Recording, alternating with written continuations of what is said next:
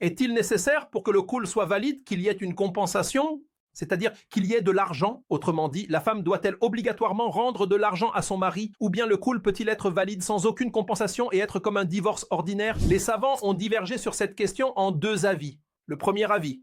Selon l'avis le plus connu chez les Malikites, un avis chez les Shafi'ites et une version chez les Hanbalites, le khul est valide qu'il y ait une compensation ou non. Pourquoi? Ils ont dit parce que le khul met fin au mariage, il est donc valide sans compensation, tout comme le divorce. C'est-à-dire que si l'homme divorce de sa femme, il n'a rien à payer, n'est-ce pas?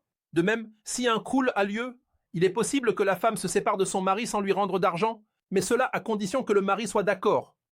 Ils ont également dit que le fondement de la législation du khul est que la femme éprouve un désintérêt pour son mari, c'est-à-dire qu'elle ne le veut plus et qu'elle a besoin de se séparer de lui, alors elle lui demande la séparation. Et s'il accepte, l'objectif du khul est atteint, il est donc valide, que ce soit avec ou sans compensation. Ceci, c'est la première opinion.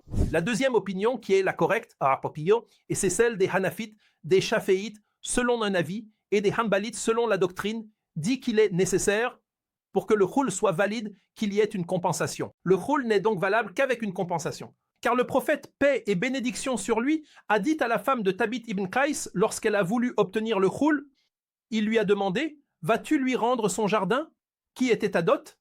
Elle a répondu oui. Alors le prophète, paix et bénédiction sur lui, a dit: accepte le jardin et divorce-la d'un seul divorce. Ils ont dit que la rémunération est un pilier, donc il n'est pas valable de l'omettre, comme le prix dans une vente. Il t'a dit, lorsque tu achètes une marchandise, il faut nécessairement un prix. Dans ce cas, la vente nécessite un prix et une marchandise. De même, dans le cas du khul ici, il faut absolument quoi? D'une compensation, car c'est l'un des piliers fondamentaux.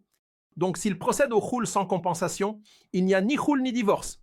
C'est-à-dire si maintenant il lui dit « je t'accorde le khul » sans rien recevoir d'elle, alors il n'y a ni khul ni divorce. Car si une chose n'est pas valide, il n'en découle rien, comme dans le cas d'une vente invalide. Et si le khul est fait sans compensation financière, mais qu'il a l'intention de prononcer le divorce, alors le divorce a lieu. C'est-à-dire, s'il lui dit « je t'accorde le khul » ou « je te divorce » et qu'il a l'intention du divorce et non du khul, alors le divorce est effectif. Mais s'il n'a pas l'intention de divorcer et qu'il vise seulement le khul, alors cela n'a pas lieu, car c'est une allusion à quoi? À une allusion au divorce.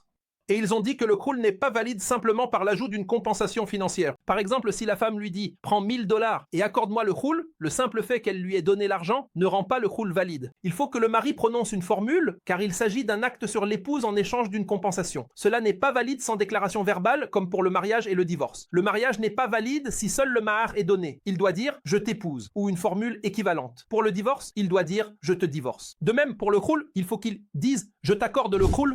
Et l'imam Ibn Abd al-Barr, qu'Allah lui fasse miséricorde, dit « si l'on a l'intention de prononcer le khul sans compensation, selon l'avis de Malik, cela est considéré comme un khul et le divorce est alors définitif, ba'in. Mais il a aussi été dit que le divorce ne devient définitif qu'en présence d'une compensation. C'est-à-dire qu'il faut absolument qu'il y ait une compensation, et c'est là l'avis le plus correct selon moi, ainsi que selon les gens de science et de réflexion. C'est-à-dire que l'avis le plus correct parmi les savants est que le khul doit obligatoirement se faire contre une compensation financière, car la femme qui a demandé le khul, le prophète, paix et bénédiction sur lui, lui a ordonné de rendre le jardin à son mari. Et Allah, exalté soit-il, est le plus haut et le plus savant.